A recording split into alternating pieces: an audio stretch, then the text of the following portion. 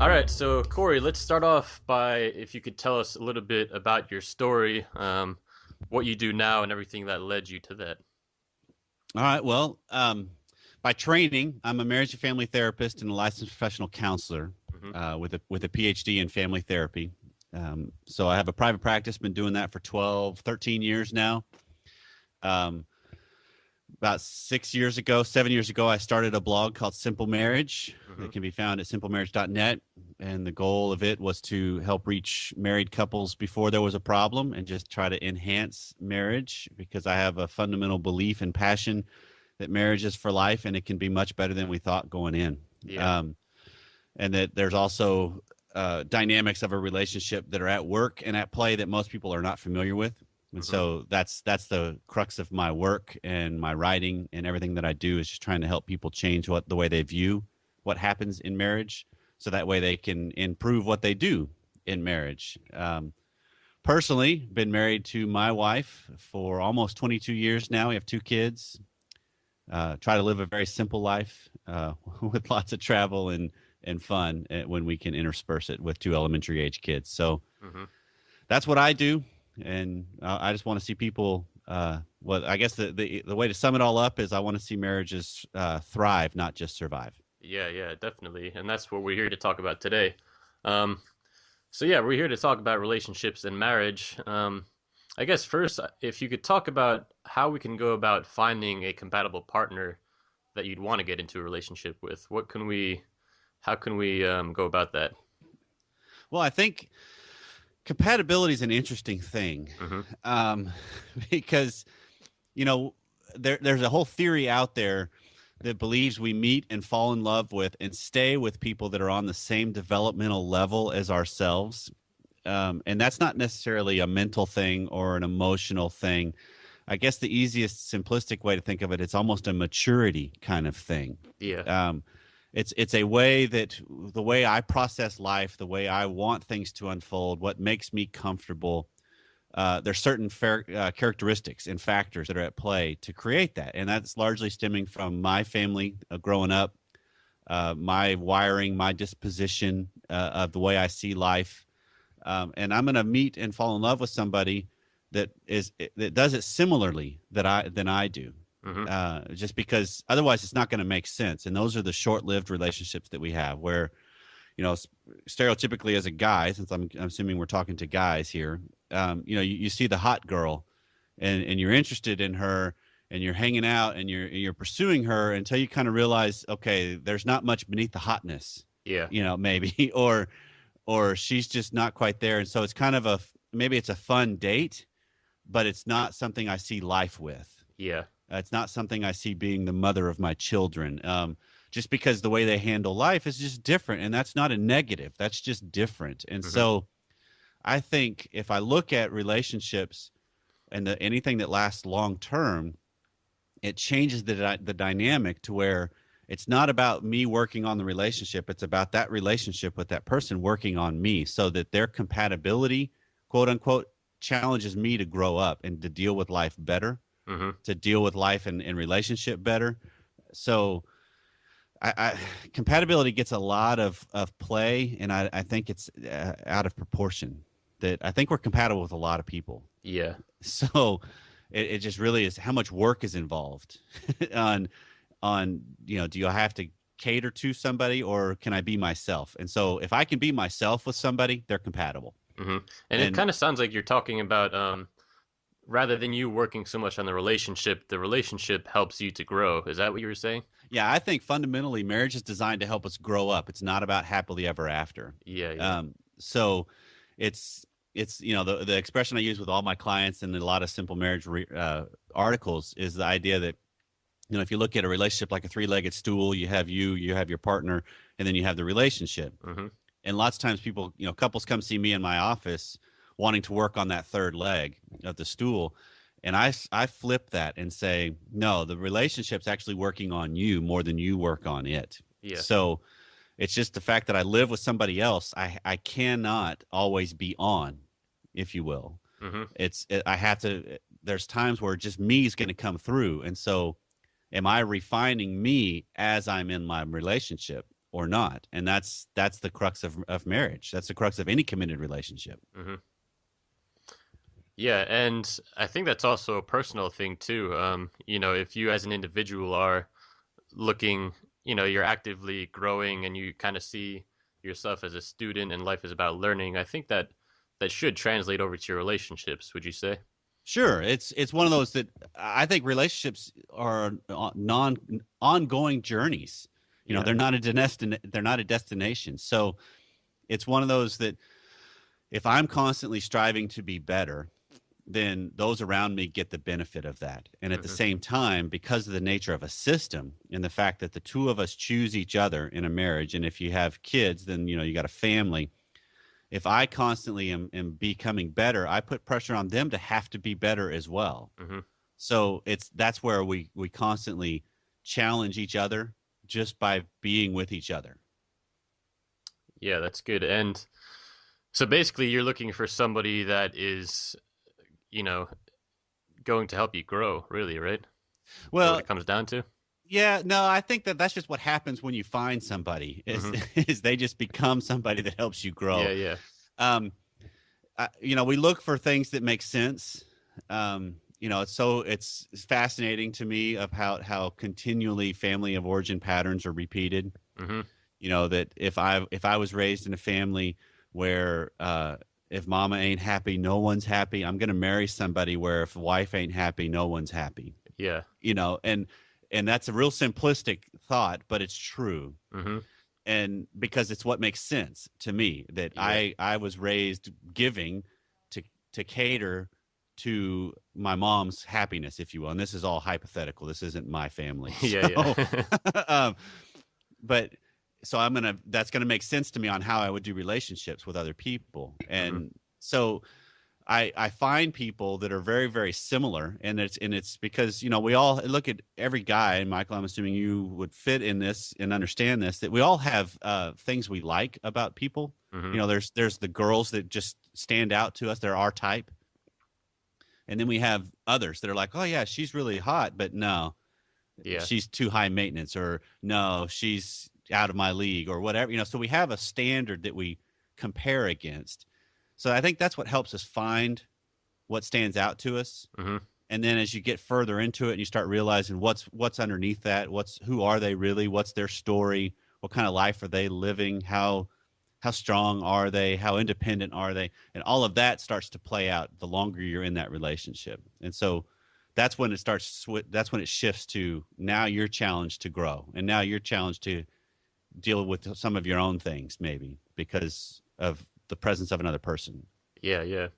Is there anything that we should look for that we might want to stay away for? We So if we're say interested in a girl, are there any like key points that we would want to look for as far as maybe her or the relationship that you have with her so far that would be caution signs to maybe not get into a relationship? Well, oh, man, I don't know specifically. It's one of those. I guess it's trying to be as clear and as upfront and as honest as you can. Hmm. Um, because I mean, here's the typical relationship scenario that you meet and fall in love with somebody, and you start giving up things to spend more time with them. Yeah. I'm assuming the baseline of this whole story is that each person has a lot of things going on already, that they have a pretty full and fulfilling life. Hmm. And so now I've met somebody and I start giving up different aspects of that to spend more time with her, which is a logical choice Yeah. because she produces good things in me and she helps me feel better, and I love the time we get to spend. But then as that relationship progresses and that those feelings subside, which they're going to, Hmm. now I've put all of the void that I have given up and put on her. She has to continue to fulfill, Yeah. and that's too much pressure on any person. Hmm. So I look at it for men specifically because I'm a big proponent of men need to take a lead in their own life and then relationally. Yeah. That I don't need to give up what speaks to the deeper parts of me for the sake of a relationship. Hmm. There's a price to it because if I'm so independent and so no, I'm going to do my own thing and travel my own world, I'm going to do it at the expense of my relationships. Yeah. but I also don't want to give up everything just for a relationship because that puts so much pressure on her and she could never fulfill all that. Yeah, you don't want to sacrifice, your passions and your work for a relationship. Is that? Right. I might temper it some Mm-hmm. to keep a good perspective, but it's a choice then. Yeah. And that's the whole, as you get further into it, and now all of a sudden I'm like, well, she's making me do this. Well, no, she hasn't, if I'm honest about it. It's Yeah, I'm yeah. choosing it, so I can't blame her Mm-hmm. for the voids that are in my life now. I have to figure out how do I incorporate those back into my life? How do I start working out more? How do I hang out with how do I still have guys night? How do I work and do things that are hobbies that are passions to me? And that's the whole balance of life. That's the Mm-hmm. balance of marriage, that having to figure out how do I keep all of those in perspective and healthy so that I don't have all my eggs in one basket for all of my life. I have lots of different things I'm doing Mm-hmm. that fulfill me. Yeah, that makes a lot of sense, and that goes in line with my philosophy. It's all about finding the balance between all these, the different priorities in life. Right. All right, so what are some common problems that you see men having with relationships when they're in relationships or marriages? Well, I think most of it comes down to kind of what we just set the stage for. Mm-hmm. That what was initially so passion filled and energizing and exciting has become monotonous and routine, and there's a trickle down effect Yeah. that now she's not into you as like she was, Mm-hmm. or she's she's busy with other things, or if the marriage has progressed, now you got kids, there's a whole lot more distractions, and so I don't get the same uplifting feel that I had from her, and so she's there but she's not, Mm-hmm. kind of a thing. Yeah. So I think a lot of it comes down to, we've as men, they've put too much pressure on them to fulfill them, to complete them, if you want to Hollywoodize it. Mm-hmm. And that's one of the death nails of marriage is the meaningless time that couples spend together. And it's because they've given up themselves too much. And so a lot of what I do with the men and the couples that come see me in my office is just trying to help them figure out, okay, what are the different passions that you have in life? What are the different things that make you quintessentially you? And are you doing those? Because a relationship's a component of that, but it's not all of it. I Mm-hmm. mean, we're relational, but we're also separate. Yeah. So it's trying to teach men and then also women, but since for the sake of this conversation we're targeting the men, it's teaching men how to create a great cake of life and let your relationship with a good woman be the icing on that cake. Mm-hmm. And that's what will draw out the feminine. I think that's what will draw out and draw her back into you, because what the fundamental pain point lots of men have when they show up in my office is sex or lack thereof, Yeah. or passionless sex. Mm-hmm. And so it's this whole idea of, most wives, when I work with the couple, most wives want to have sex with their husband. They just don't want, well, let me rephrase that. They want to have sex with their husband. Yeah. They just haven't figured out how to want it, Yeah. And so I think the masculine that most men have, and this isn't a machismo, go out and kill dinner, build a house kind of a guy. I have to be an outdoorsman. It Yeah. just means being a man that's solid, Mm-hmm. being somebody that's about something, that if you're an artist and you can create great works of art and that comes from the depths of you, that's a great masculine thing. Mm-hmm. So it's not just the gender specific kind of what we usually think of masculinity. That if we can live more from that, we actually draw that out of a woman. I think we can help create that. Some of it is on her. Yes, she has to deal with some of the stresses and anxieties and struggles of her own life. That it's not the man's job to to take care of and fix it. It's his job is to help it. And Mm-hmm. the way I can do that is just by presenting something much more solid that is appealing to be with, that's interesting, that has something going on that includes her. I mean, Michael, think of the fairy tale of, most women, most little girls, they want to be rescued by Prince Charming. Mm-hmm. And as a little girl, that's where the story ends. But when that little girl grows up into a woman, yeah, she still wants to be rescued by Prince Charming, but she wants to climb on the horse and head off on the next adventure with him. Yeah. So it's not the end of the story. So we can't have as men the focus of I just want to get into my wife's pants. That's the end of the story. It's no, I want to get into her pants, but we've also got a huge adventure going on Hmm. along the way. And if when I can keep those in harmony, I I'm appealing to women, and I'm appealing to my wife because she is a woman after all. So Yeah. there's still biology at play that a lot of times married men forget that, hey, their wife is really a woman still. So you can still use some of that game philosophy Hmm.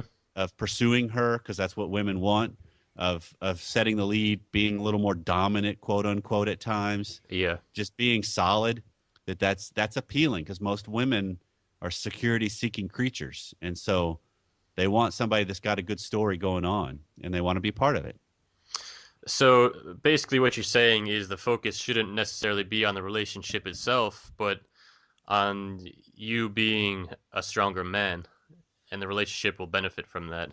Yeah, well, it's both and Yeah. because it is still on the relationship because I make my decisions, personally speaking, I make decisions with my relationship in mind at times, Yeah. because if I get a chance to go speak somebody somewhere or I come up with some harebrained idea of, hey, let's sell everything and go live in the Caribbean, and we can just live off our love, and all that. It's like, well, hold on, I got to be realistic. I got two kids, I got a wife, so is that I make decisions with them in mind Hmm. still.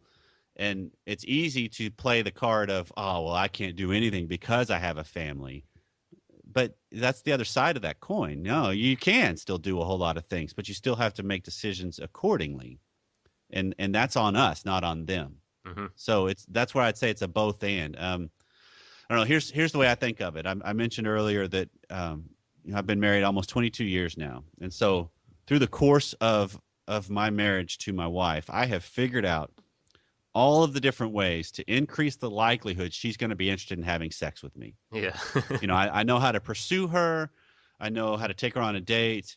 I know I could woo her. I could send her suggestive things. I could get her drunk or tipsy. I could do all these different things that increase the likelihood. And it doesn't mean it happens all the time, but I know the game to play. Hmm. I can do none of that to make her want me, though. Yeah. None of that stuff works for me being wanted by her. Hmm. All that works for me being wanted by her is presenting something that I think is worth wanting. And that's on me then to decide what is the value of me? Who am I at the core? And am I living that? Hmm. And if I'm doing both of those, then I think you have a good, vibrant marriage and you have a good, vibrant sex life. Because then now I'm still living my life and it's not just contingent on when's the next time I get sex. It's that's a part of it. Yeah. And it's something that we both enjoy because we both are doing that. She's doing the same thing. She could, if she was the high desire in my marriage, which she's not, but if she was, because it does happen where some wives are the high desire when it comes to sex with the man they're with, that she could figure out all these different ways to increase the likelihood of sex happening, but it's still not going to make me want her. Yeah. She has to be her to bring about being wanted. So what are I'm guessing in your coaching or your consulting, you help guys, um, you help them become more solid and more wanted, right? Yeah, that's the idea. Is I come at relationships where lots of people come in wanting help to fix their relationship, and so I come at it from the mindset of let's work on fixing you, and then that'll help fix the relationship. Yeah. So it's a balance of both, Hmm. but it does lend itself more, especially at the beginning, to self kind of stuff, self awareness, self growth, self development, self validation, self confrontation, that kind of stuff. That the more I can do that, then I'm more free to choose what I want in my life. And most of the time, most every guy I've ever worked with, they want to choose their family. They want to choose the woman they're with. Yeah. And so it's an easy choice. It's just let's come at it a little bit different rather than how do I'm stuck here. There's nothing I can do. Well, yeah, there's still a lot we can do that changes it. And then I can get to a point where all right, I'm continuing down this path and it's leading me here, but it might be at the price of my relationship. So I'm willing to not choose that path, but I'm not going to hold my relationship hostage, Yeah. and I'm not going to hold them accountable for it. I'm choosing it. And I think that's what most of us want in life, isn't it? That we want to be the masters of our own fate. And and still be able to make choices of what we really want in life. Mm-hmm. So that's predominantly what I do with men. A lot of the men I see individually in my counseling and my coaching would be they're the guys that are just the nice guy that have bought into the faulty logic of happy wife equals happy life. Yeah. Would you say that's the most common thing that you see? Um, well, I think that's one of the underpinnings of what's going on. I see people because of symptoms, that Yeah. there's no sex, there's been an affair, Yeah. Yeah. there's distance, there's money problems, there's all kind whatever the different things are. Mm-hmm. But part of what helps play into that is a lot of times men have just been wimps in their marriage. Yeah. It's just that I was all game and all strong while I was getting her, and now that I got her, I put it in neutral, and Yeah. Yeah. and I'm just coasting, and now I'd rather not rock the boat because there's too much the price is too high. I don't want to deal with a moody woman, or because we get into this mindset that if I piss off my wife, I'll never have sex again, Mm-hmm. and so, or I don't want to live with somebody that's always grumpy, or so it's just, what do I have to do to keep the peace? Well, Mm-hmm. some of that's logical, but most of that's just flawed, and it's more about, okay, I need to be more me. I need to be more solid. I want to be able to, be clean with have a clean conscience every night when I go to bed, to know that I acted from my integrity throughout. I was consistent throughout. And so it's trying to help guys just, I mean, it's kind of like you talk about just being more solid, but it starts with, I guess the number one advice I have for most guys is you got to start being honest. Mm-hmm. And that's not just honest with her, that's honest with yourself. Yeah. Because there's a part of that when I'm speaking as a recovering nice guy, that I had, while I'm in the midst of that, there's parts of me is like, wow, what am I doing? This Yeah. is ridiculous. Why am I afraid of this woman? Mm-hmm. And all of that. And so it's just like, okay, I got to stop that. And I got to be willing to just take the hits, because some of them are just totally unjustified, and they're irrational, because they're not going to be hits actually after all. So that's, I mean, that's a whole different ball game on just the whole nice guy world. There's a couple of different things out there that are really good. Robert Glover's work on No More Mr. Nice Guy Mm-hmm. is a book that's great. Trip, I think it's Laner. He has the the New Man podcast. Yeah. And Yeah. so it's, the both of those are along the same lines, on just trying to help us become more integrated men that are more solid, Mm-hmm. that still have some of the blessings of our grandfathers that were strong and fought World War II and all of that. Yeah. Yeah.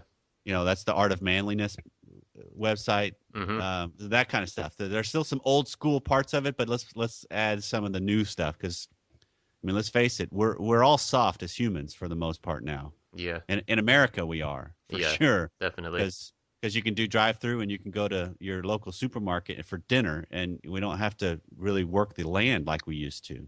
Yeah. And to those that do work the land, I say thank you, because you guys are still kind of the old school, exemplifying what we're capable of and who we are. Mm-hmm.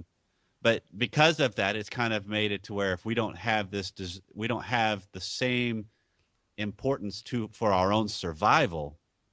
Now we seek a lot of other things to fill in those voids, and that's where we get into trouble. That we become nice, or we become soft, or we become passive or lazy, and all that stuff has a price.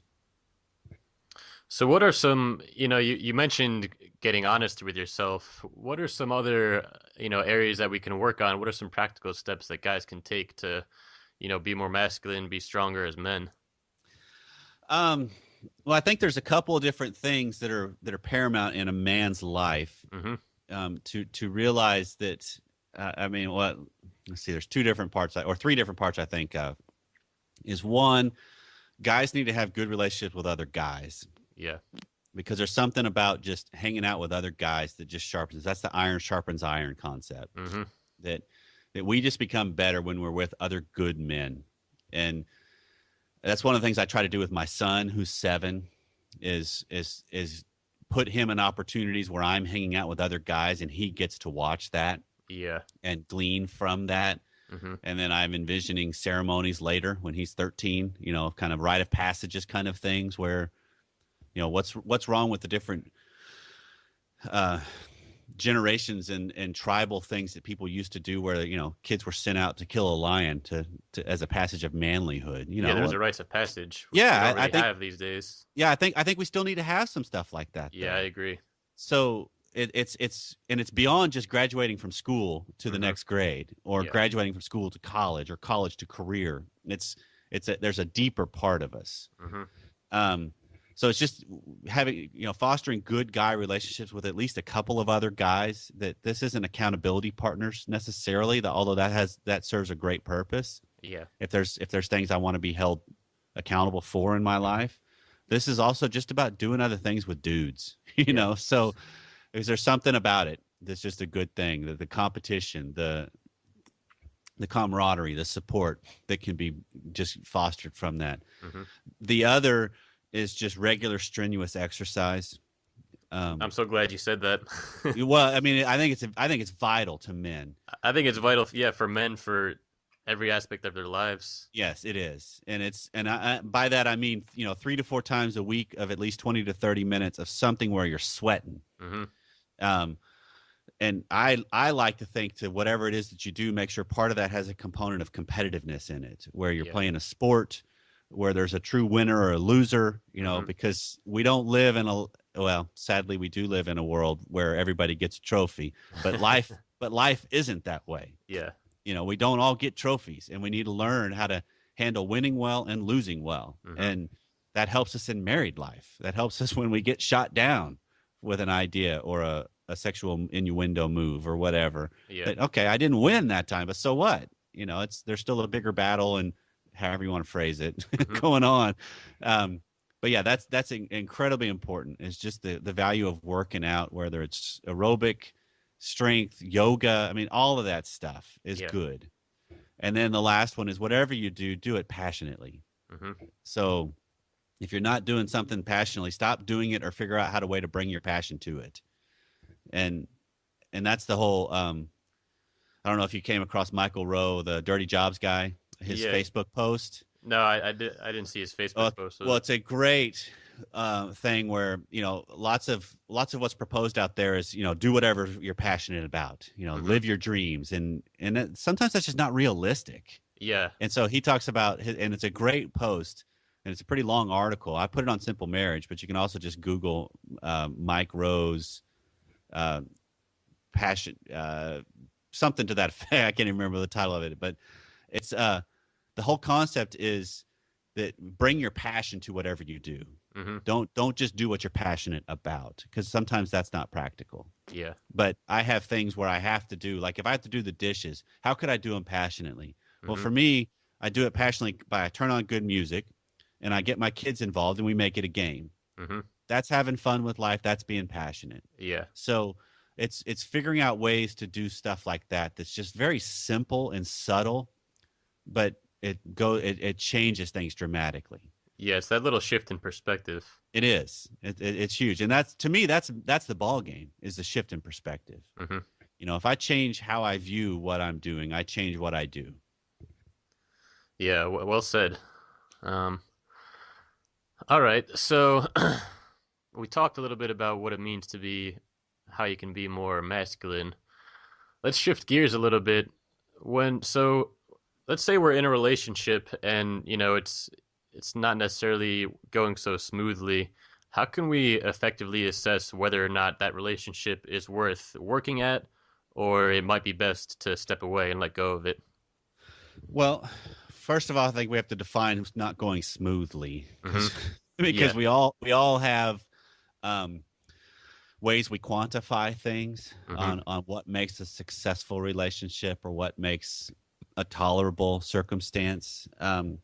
So some of it is getting to the point where I'm willing to recognize, okay, am I settling for things or am I making the most of things? Hmm. And if I can challenge that dynamic, of just, okay, what if I were to be more honest in my life? What if I were to be more consistent in my life? What if I were to be more disciplined with my life? And if I use that as kind of a mantra for my own life, Mhm. and then I just see how it unfolds in my marriage or a committed relationship, it will become a no-brainer if that relationship's going to last or not. Okay. And it could be a 4 to 6 month process. It could even be longer. But again, this goes back to the idea that the relationship works more on you than you do on it. And Mhm. so if I when I challenge myself to deal with things differently, then I put pressure on my relationship to either, and this is kind of the dilemma that happens in marriage, Yeah. that if I want to create a big change, which is called a leap of faith, Mhm. that I'm going to throw out there something completely different that I'm in control of. That this isn't something I need my wife to do. This is something I'm in control of. Now all of a sudden my wife has the choice of either doing things to try to get me to let go of what I'm saying so it can go back to the way things were, which is commonly what happens. Mhm. It's a short-lived change because I'm like, it's just not worth it. Yeah. Or change herself, to challenge herself to rise up to the new level of operating, if you will. And it's easy to start thinking hierarchy, which when we can add right and wrong, and it's not right or wrong. Yeah. Okay, this is just a process that happens. Mhm. Or the relationship falls apart. I mean, those are your three options that are going to happen Mhm. on everything that we do. Classic example was early in my marriage when we became parents. So we'd already been married for 12 years, but before we had kids.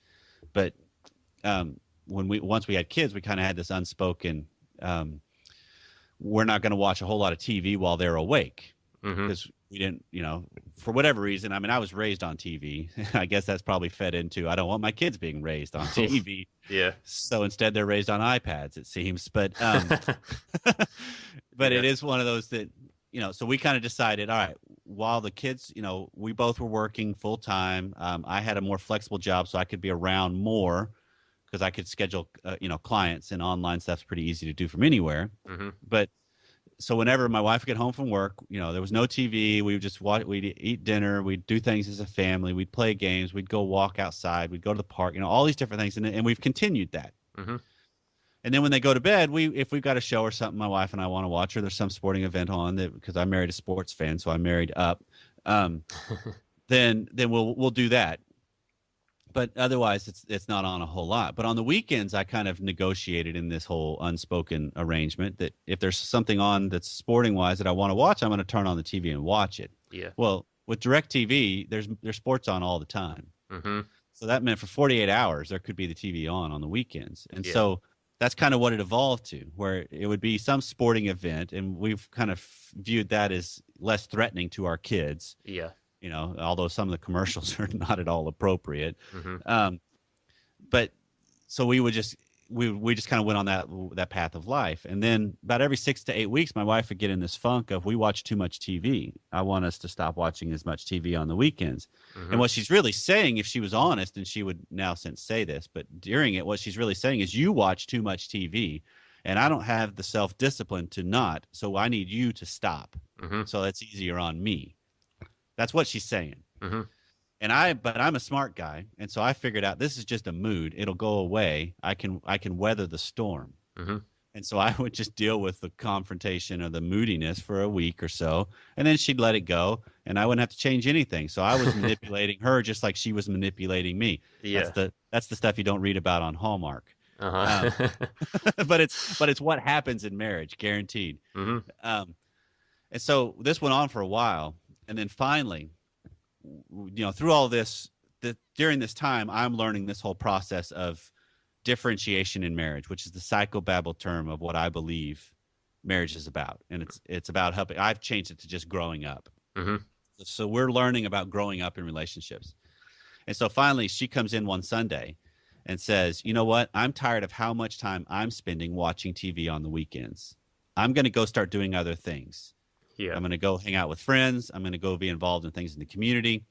Sometimes I'm going to take the kids with me, and sometimes I'm not, and they're going to be your responsibility. I'm just letting you know I'm changing what I'm doing." And when she phrased it that way, I knew the game changed Mhm. because now she's in control of that. And so now I'm faced with, I already don't see this woman for big chunks of the week because we both work and then sleep, so we don't have a whole lot of time together. So weekends are valuable Yeah. real estate for us. So if I want to spend time with her, I have to look at what I do. I Mm-hmm. mean, she's not saying you need to stop watching TV. She's just saying if you want to hang out with me, you got to make some choices. And that's more honest, isn't Yeah. it? So if I look at relationships that way and I change and I take responsibility for all I'm responsible for, which is just myself, I change relationships. So the more I can do that, the more I can start to really get good things because now people that I'm with are choosing to be with me. They're not stuck. Mm-hmm. So it's again, it comes down to honesty.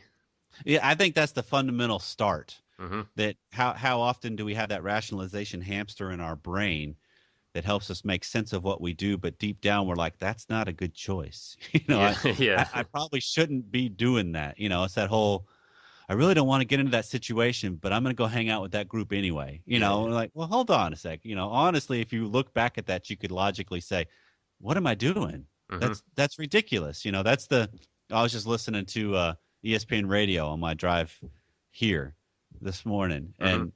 and Colin Cowherd was on a rant about the NFL Combine Mm-hmm. and how so many teams get mesmerized by it. But you got 4 years of film. I mean, the guys coming in, their story, but you see something at the combine. He's like, that's like hiring the secretary that looks like Elle McPherson when Helga can type just as much, if not more, than her. It's like you're just setting yourselves up for trouble Yeah. if you pick the hot chick to work for you rather than the one that gets the job done and probably even better. Mm-hmm. you know Yeah. so it's just that whole logically we know that, but we don't always do that, and so we got to be honest with ourselves and say, hey, am I living a life that's worth living for me? Yeah. And then the second step is be honest with those I live life with, and then after that it's just being consistent.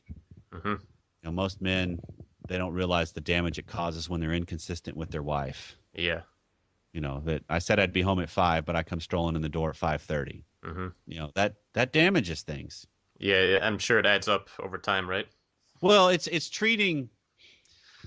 I don't know. I think for a majority of women, trust equals lust. Mm-hmm. So if she can't trust you, she's not going to have lust for you. Yeah. And so if you say you're going to be somewhere or you're going to do something, then do it. Even if you say you'll pick up milk on the way home, and you forget, and you get home, and you're willing and do go back to the store and get it. There's already damage done. Yeah. So it's learning to live more with that principle of let my yes be yes and let my no be no. That Mm-hmm. if my wife calls, I need you to pick up milk on the way home. No, I can't, honey. Just be honest, and that changes it because now all of a sudden she realizes, okay, I can't rely on you for that, but I can rely. I know when you say yes, you mean it, Mm-hmm. and that's a big difference. And that goes back to really just being more masculine, right? Yeah, well, I think that goes back to just having more self-respect as a human, Yeah. and treating other humans with the same. Mm-hmm. So it is a masculine trait, true, but it's also a very feminine trait Yeah. Yeah. of just being consistent, being solid, being real, being capable of handling other people and yourself. Mm-hmm. So I don't know. It's so funny how we treat other people and strangers with much more respect and dignity than we do those we live with. Yeah. It's a strange thing. And yeah, and it seems like it should be the opposite. And Mm-hmm. a lot of that, I think, it's just because we're immature Yeah. as people. And we let our guard down and we think it's okay. And no, it's not. It's never okay. Mm-hmm. And if I can start to set the standard that's coming from an internal drive that I don't cheat on my wife because I might get caught. I don't cheat on my wife because it's not something I want to do to myself. Mm-hmm. That I have standards of what I want to live by, and so I work to live according to that. Be a little bit more mature. Right. Well, yeah, it's just grow up. Yeah. Yeah. It's just grow up and deal with life on life terms better. Mm-hmm. I think a lot of issues on the personal level and even on the world scale come down to immaturity in my mind. Sure. Sure. I mean, it's, I think we all have these different patterns as kids that we figured out how to avoid Mm-hmm. what we didn't want and get what we wanted. And when either of those didn't line up, we would throw fits. I mean, that's the typical 2-year-old toddler in the toy aisle Yeah. syndrome. Well, we're still those toddlers. We just have become more sophisticated. Mm-hmm. We just become more subtle. Because part of being honest is realizing I'm manipulative. Yeah. I have an agenda. I can be mean, and so it's just a question of, do I let that just run rampant, or do I realize, yeah, that's a part of me, and I don't necessarily like all of that, but some of it produces good things. In the business world, Mm-hmm. being manipulative can earn you lots of money. Yeah. Because if you're a marketing guy, well, that's what you're doing. You're manipulating people to buy your product. Mm-hmm. So it's just recognizing that's a component of life. Yeah. So, but what part do I want to rule the day? Do I want the worst in me to rule it, or do I want the best in me? Mm-hmm. All right. So, are there any fundamental elements that we haven't covered yet, which are vital for a healthy relationship? Is there anything that Um, we missed? no, I think it's best summed up in this idea of whatever when it comes to a relationship, whatever you're 100% responsible for, you are 100% responsible for it. Mm-hmm. And whatever you're not 100% responsible for, you're not at all responsible for. Mm-hmm. And so that just starts and ends with you. It starts and ends with, how do you handle you in a relationship? Mm-hmm.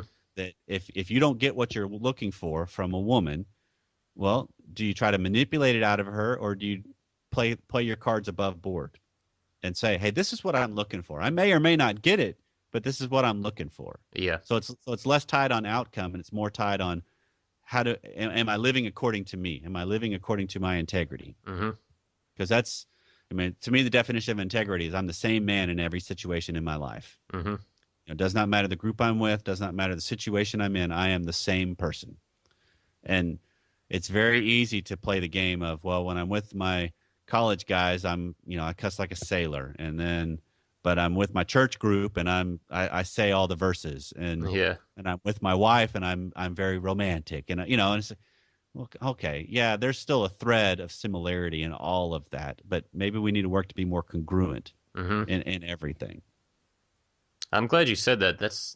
I mean, I'm very much about congruency, but the idea of being the same man in every situation isn't something you hear too often. No, I mean, because there is a part of us that's, when we're in the business world, there's some things that we do a little different there, but there's still the undergirdings of all of that is the same. Mm-hmm. Of, am I a man that skirts and bends the rules, and then gets devastated when somebody does the same to me on a personal level? Well, hold on a sec. They're playing by the same rules I play, so Yeah. if I want to throw a big fit, then I'm that toddler on a playground again. So it's just it's recognizing, how am I doing my life, Mm-hmm. and do I treat others the same? And if I can live that, I mean, to me, that's a lifelong process. That's the journey, because it changes. I'm not the same man I was when I married my wife. Thank the Lord.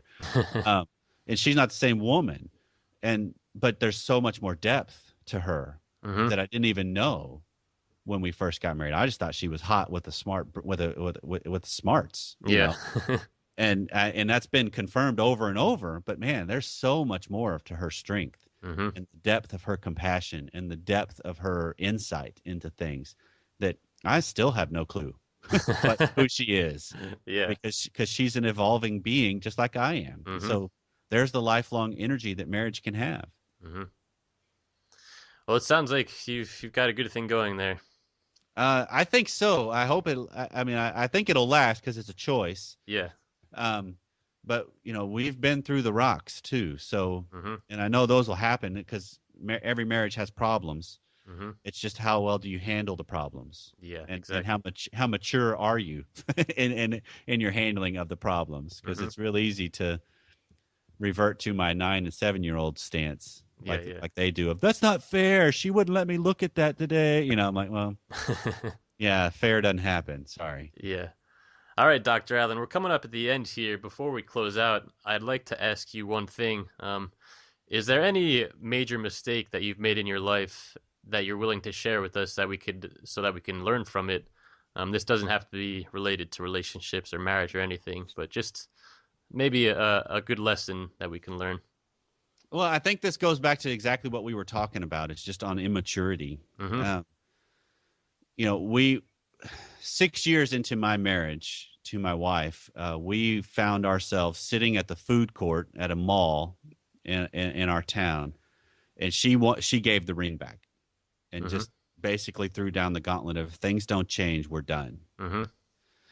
And I don't blame her for that. That was good judgment on her part because I was an immature kid that was trying to hold on to. I was in my 20s at this point, late 20s, Mm-hmm. but I was trying to hold on to adolescence for some reason. Yeah. And I just was refusing to grow up. And so that put me on a 2 year long journey of just discovering what it meant to be a man for me. And this is not at all what does it mean to be a man for other people. This is just what did it mean for me. Yeah. And and so I just went on a lot of soul searching. And then when I reached that point of just being honest, of realizing, you know what, honey, I do not blame you for saying that. I thank you for taking the courage to say that look, this is not what I'm signing on for. That so I think that's probably the biggest thing is just being willing to be honest with myself and see that she had really good clarity in her judgment. Mm-hmm. But also at the same time, that clarity helped her realize, we both had mistresses of work, if you will, Yeah. that we just both dived into work so much that we just gave little time for each other. And and so it kind of realized, wait, this isn't the way we do marriage. This isn't the way I want to do relationships. So it kind of it leveled the playing field for both of us to really start to stand up on our own 2 feet and not put all my eggs in a human basket, but spiritually speaking, put my eggs back in God's basket and Mm-hmm. realize this is who I'm designed to be more and who He is in my life, and then what I can expect and want from other humans who are also fallen and feeble. Mm-hmm. So it gave a different perspective to realize, no human's going to fulfill me. So what do I need to do about that? Yeah.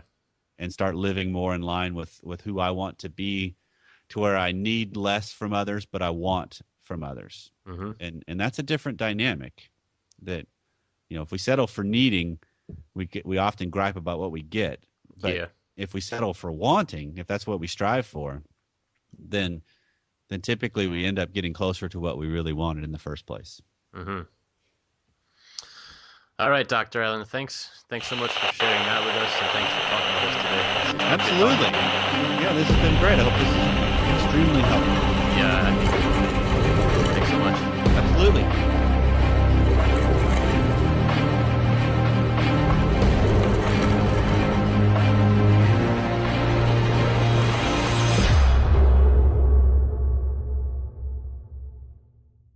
Interesting thing, Mm-hmm. um, because there's a whole theory out there that believes we meet and fall in love with and stay with people that are on the same developmental level as ourselves. And that's not necessarily a mental thing or an emotional thing. I guess the easiest simplistic way to think of it, it's almost a maturity kind of thing. Yeah. It's a way that the way I process life, the way I want things to unfold, what makes me comfortable. There's certain characteristics and factors that are at play to create that, and that's largely stemming from my family growing up, my wiring, my disposition of the way I see life, and I'm going to meet and fall in love with somebody that does it similarly than I do. Mm-hmm. Just because otherwise it's not going to make sense. And those are the short-lived relationships that we have where, stereotypically as a guy, since I'm assuming we're talking to guys here, you see the hot girl and you're interested in her and you're hanging out and you're pursuing her until you kind of realize, okay, there's not much beneath the hotness. Yeah. That marriage is for life and it can be much better than we thought going in. Yeah. And that there's also dynamics of a relationship that are at work and at play that most people are not familiar with. And Mm-hmm. so that's the crux of my work and my writing and everything that I do is just trying to help people change the way they view what happens in marriage, so that way they can improve what they do in marriage. Personally, been married to my wife for almost 22 years now. We have two kids. Try to live a very simple life with lots of travel and fun when we can intersperse it with two elementary age kids. So Hmm. that's what I do, and I just want to see people. Well, I guess the way to sum it all up is I want to see marriages thrive, not just survive. Yeah, yeah, definitely. And that's what we're here to talk about today. Um, so yeah, we're here to talk about relationships and marriage. I guess first, if you could talk about how we can go about finding a compatible partner that you'd want to get into a relationship with, how can we go about that? Well, I think compatibility is an For interesting. you to grow, is that what you were saying? Yeah, I think fundamentally marriage is designed to help us grow up. It's not about happily ever after. Yeah, yeah. So it's the expression I use with all my clients and a lot of simple marriage articles is the idea that if you look at a relationship like a three-legged stool, you have your partner, and then you have the relationship. Hmm. And lots of times people, couples come see me in my office wanting to work on that third leg of the stool. And I flip that and say, no, the relationship's actually working on you more than you work on it. Yeah. So it's just the fact that I live with somebody else. I cannot always be on, if you will. Hmm. I have to, there's times where just me is going to come through. And so am I refining me as I'm in my relationship or not? And that's the crux of marriage. That's the crux of any committed relationship. Hmm. Yeah, and I think that's also a personal thing too. If you as an individual are looking, you're actively growing and you kind of see yourself as a student and life is about learning, I think that should translate over to your relationship.